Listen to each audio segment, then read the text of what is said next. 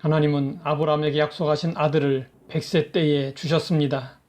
얼마나 귀한 아들입니까? 보기도 아깝고 눈에 넣어도 아프지 않을 사랑스러운 아들입니다. 그런데 하나님은 그 아들을 번제로 드리라고 명령하셨습니다. 이것은 아브라함의 믿음을 시험하려는 것이었습니다. 아브라함이 이삭과 모리아산으로 갈 때 이삭이 물었습니다. 불과 나무는 있거니와 번제할 어린 양은 어디 있나이까? 그러자 아브라함이 대답했습니다. 내 아들아, 번제할 어린 양은 하나님이 자기를 위하여 친히 준비하시리라. 아브라함은 이삭을 번제로 드리라는 명령을 들었을 때 순종할 각오를 하였지만 동시에 하나님이 어떤 일을 준비하실 것을 믿었던 것입니다. 아브라함의 믿음대로 하나님은 이삭을 대신할 순양을 예비해 두셨습니다. 이 순양은 우리를 대신해서 죽으신 예수 그리스도의 예표입니다.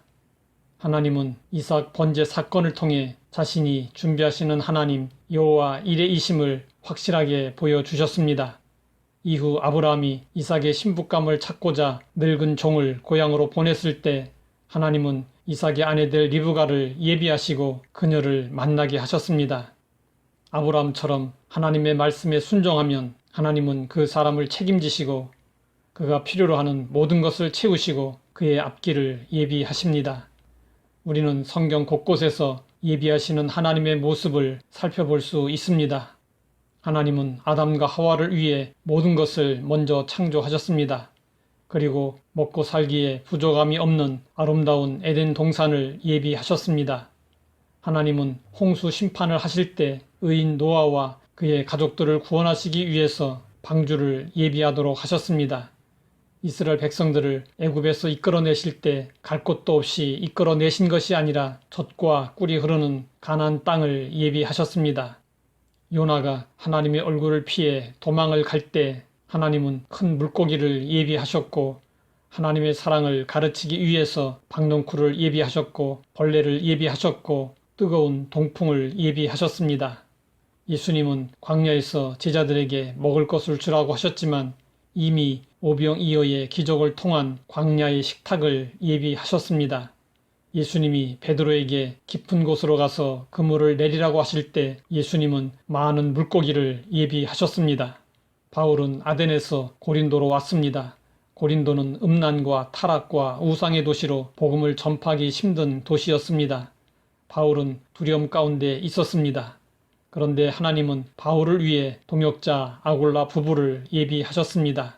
이들의 생업은 천막을 만드는 일로 바울과 같은 직업이었습니다.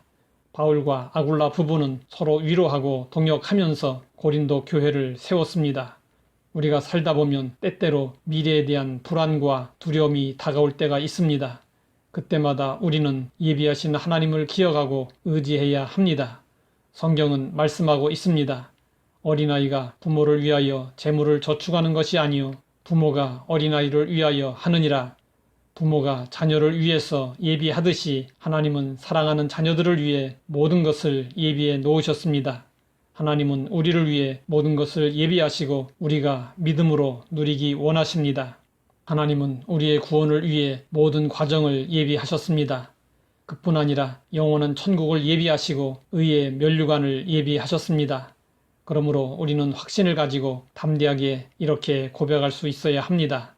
이제후로는 나를 위하여 의의 면류관이 예비되었으므로 주 곧 의로우신 재판장이 그날에 내게 주실 것이며 내게만 아니라 주의 나타나심을 사모하는 모든 자에게도니라. 하나님 아버지, 우리 삶의 모든 것을 예비하시고 인도하시니 감사합니다. 하나님의 뜻에 절대적으로 순종하여 예비된 것들을 누리게 하옵소서. 예수님의 이름으로 기도드립니다.